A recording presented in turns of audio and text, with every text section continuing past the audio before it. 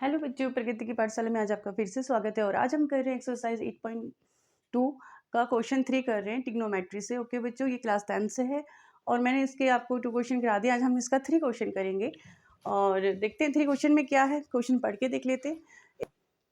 देखते हैं third question में बच्चों, if tan a plus B दे रखा है हमें इज इक्वल टू में √3 दे रखा है and tan a minus B दे रखा है इज इक्वल टू में अपॉन में √3 दे रखा है। ओके, 0 डिग्री किससे बड़ा है? ए से, प्लस अभी मैं इसका मीनिंग भी समझाती हूँ बच्चों।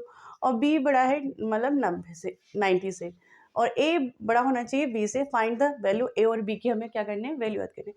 ये चीज़ बच्चों वैसे इसमें इतनी ज़रूरत नहीं है इस चीज़ की। ये चीज़ आपको मतलब 11th में काम आती है। बस हमें क्या इसको आंसर जो हमारा आएगा उसे बस समझने के लिए कि इससे क्या होना चाहिए, जो हमारा आंसर आना चाहिए वो 0 डिग्री से क्या होना चाहिए? बड़ा होना चाहिए। और बी का जो होना चाहिए वो वैल्यू क्या होनी चाहिए? 90 से छोटी होनी चाहिए। मतलब उसने इस चीज़ को इसी में बता दिया है कि जो हमारा आंसर आएगा वो इस तरह से आएगा कि वो बी की जो वैल्यू आएगी वो 90 से छोटी आएगी, लेकिन जो ए की वैल्यू आएगी वो 0 से बड़ी आएगी। इस क्वेश्चन में बता दिया। और हमारा क्या होना चाहिए? ए बी से बड़ा होना चाहिए, जो हमारा आंसर आएगा उसके अकॉर्डिंग। ओके, हमें ए और बी की वैल्यू फाइंड करनी है। ठीक है, देख लेते हैं। पहले हम ये वाला देख लेते हैं, ए प्लस बी tan, है ना, ये है हमारा इज इक्वल टू में √3। अब √3 किसकी वैल्यू होती है बच्चों? √3 होती है tan 60 की होती है। √3 किसकी वैल्यू होती है? tan 60 की। ओके, तो मैं यहाँ पर क्या लिख सकती हूँ? tan a plus b is equal to में से मैं लिख सकती हूँ tan 60 डिग्री लिख सकती हूँ, क्योंकि √3 इसकी वैल्यू होती है। हम इसको लिख सकते हैं। अब कई बच्चे क्या करेंगे? सीधे tan और tan को कैंसिल कर देंगे। ऐसा नहीं होता बच्चों इसमें, क्योंकि ये एंगल पूरा इसका जुड़ा हुआ होता है और ये एंगल इसका जुड़ा होता है। मतलब ये एक ही बात है। जब ये एक ही बात होती है उसमें कुछ मतलब वो नहीं होता, इसे हम काटते नहीं है। हर कोई ऐसे ही समझाता है, इसको सीधे कैंसिल कर देगा। ऐसे नहीं करते, हम सीधे से लिखते हैं ए, और ये इस तरह की चिन्ह से शो होता है।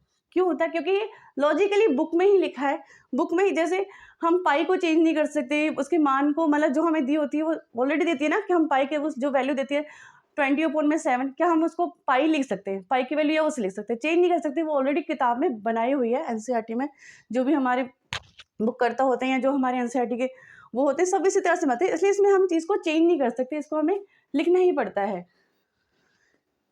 जैसे हम पाई की वैल्यू को 22/7 होती है ना, तो ऐसे उसको चेंज नहीं कर सकते ना, हम पाई लिखते हैं ना, उसी अकॉर्डिंग इसको भी हम चेंज नहीं कर सकते। इसको भी हम ऐसे ही लिखते हैं, जैसे a प्लस में b इज इक्वल टू में ये क्या आ जाएगा हमारा 60।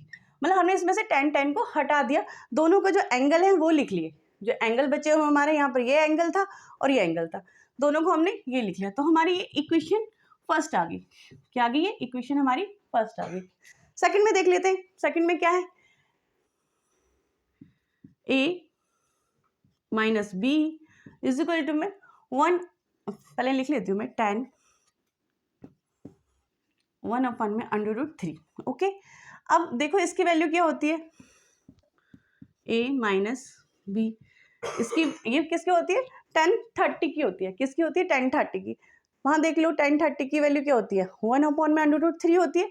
तो यहाँ पर क्या लिख सकती हूँ मैं? tan 30 डिग्री लिख सकती हूँ। मतलब इसकी मैं जो हमारा रेशियो है वो लिख सकती हूँ, इसके अंदर लिख लिया हमने। अब मैं इनको दोनों के लिखूंगी, a minus b is equal to में 30। ओके, क्योंकि हमें a और b की वैल्यू निकालनी है ना यहाँ पर, है ना। तो ये हमारी इक्वेशन क्या आ गई? सेकंड आ गई। ठीक है, फिर आगे क्या करेंगे हम? सॉल्विंग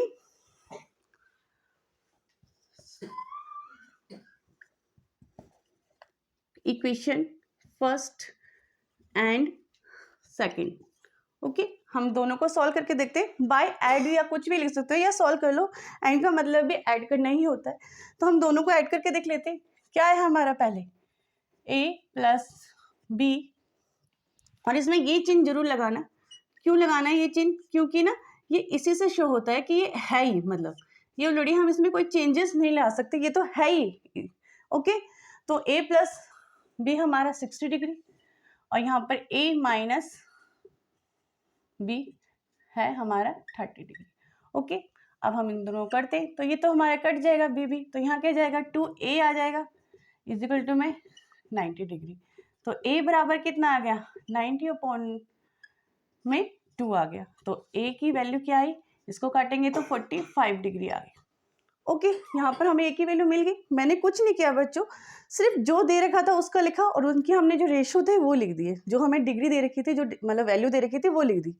ओके, जो हमें देने के बाद जो हमें थीटा की जो हमें वैल्यू दे रखी थी उसी हिसाब से हमने इनको लिख दिया। मतलब लिखने के बाद क्या किया, जो हमारी वैल्यू मिली वही, फिर दोनों को हमने सॉल्व किया, दोनों इक्वेशनों को जब सॉल्व किया तो हमें ए की वैल्यू मिल गई। अब क्या लिखेंगे, ऑफ ए, जो ए की वैल्यू है पुट किस में करना पड़ेगा, इक्वेशन इन इक्वेशन फर्स्ट में। इक्वेशन फर्स्ट क्या है हमारी, ये वाली, तो लिख लेते हैं हम यहाँ पर a plus b is equal to में 60 डिग्री। अब हमारी a की वैल्यू कितनी आई है 45 डिग्री आई है यहाँ पर, plus b is equal to में 60 डिग्री। तो b का b तो यहाँ नहीं जाएगा, ये हमारे इधर के चला जाए माइनस में चला जाएगा, माइनस में 45। तो b बराबर हमारा कितना आ गया, यहाँ आ गया 15 डिग्री। 16 में से 45 गया तो क्या बचा 15 डिग्री बचा। तो b की वैल्यू क्या होगी, अब देखो तुम्हें ये चीज़ यहाँ बताती हूँ मैं, यहाँ क्या होता है 0 डिग्री से बड़ा आना चाहिए, तो ये 0 डिग्री से बड़ा है 45 डिग्री, और यहाँ क्या आना चाहता हमारा b 90 डिग्री से हमारा छोटा आना चाहिए था, तो यहाँ पर क्या है 90 डिग्री से भी छोटा है। ओके, उसके बाद क्या बोला था कि a और a बड़ा होना चाहिए b से। ऑफकोर्स a तो हमारा किससे बड़ा है, a बड़ा है b से, क्योंकि उसकी आई है 45 डिग्री और इसकी आई है 15 डिग्री। तो सॉल्व हो गया हमारी प्रॉब्लम, जो हमें उसमें बोला हुआ था, और ए और बी की हमें फाइंड करनी थी वैल्यू, दोनों भी वो भी हमें फाइंड होगी। ओके बच्चों, समझ आया, मैंने कुछ नहीं किया इस क्वेश्चन के अंदर, आप एक बार और सुन लीजिए। दोनों की हमें क्या दे रखे थे, रूट्स दे रखे थे, दोनों के हमने डिग्री, जो हमें एंगल डिग्री दे रखी थी वो 60 डिग्री लिखी दोनों का। √3 की वैल्यू जो होती है 60 डिग्री में होती है, इसकी वैल्यू जो होती है वो कितनी है 30 डिग्री में होती है, 10-30 की। वैसे इसकी जगह आप कोट भी लिख सकते हो, क्योंकि कोट की वैल्यू होती है, लेकिन हमें tan दे रखा है ताकि हमें सॉल्व करने में आसानी हो, इसलिए मैंने tan लिया है यहाँ पर। आया बच्चे समझ, क्योंकि दोनों में tan लिया, उसके बाद दोनों इक्वेशनों को हमने सॉल्व किया, सॉल्व करने के बाद हमें एक की वैल्यू मिल गई है ना। उसके बाद एक की वैल्यू मिल गई, हमने एक की वैल्यू को इक्वेशन फर्स्ट में पुट कर दिया, मतलब रख दिया, रखने के बाद हमें v की वैल्यू मिल गई। इस तरह से ही सॉल्व करते हैं। आपने ये पहले किया होगा 9th और 10th में कि हमें मतलब किस तरह से इस विधि को किया जाता है या इसको किस तरह से सॉल्व किया जाता है। ओके बच्चों, मेरे को लगता है कि आई होप कि ये बहुत अच्छे से समझाया है मैंने, समझ आ गया। और इस क्वेश्चन में आपको कोई भी प्रॉब्लम हो तो आप मुझसे कमेंट बॉक्स में पूछ सकते हो, मैं कोशिश करूँगी आपको अच्छे से अच्छे तरीके से बताने की। Thank you.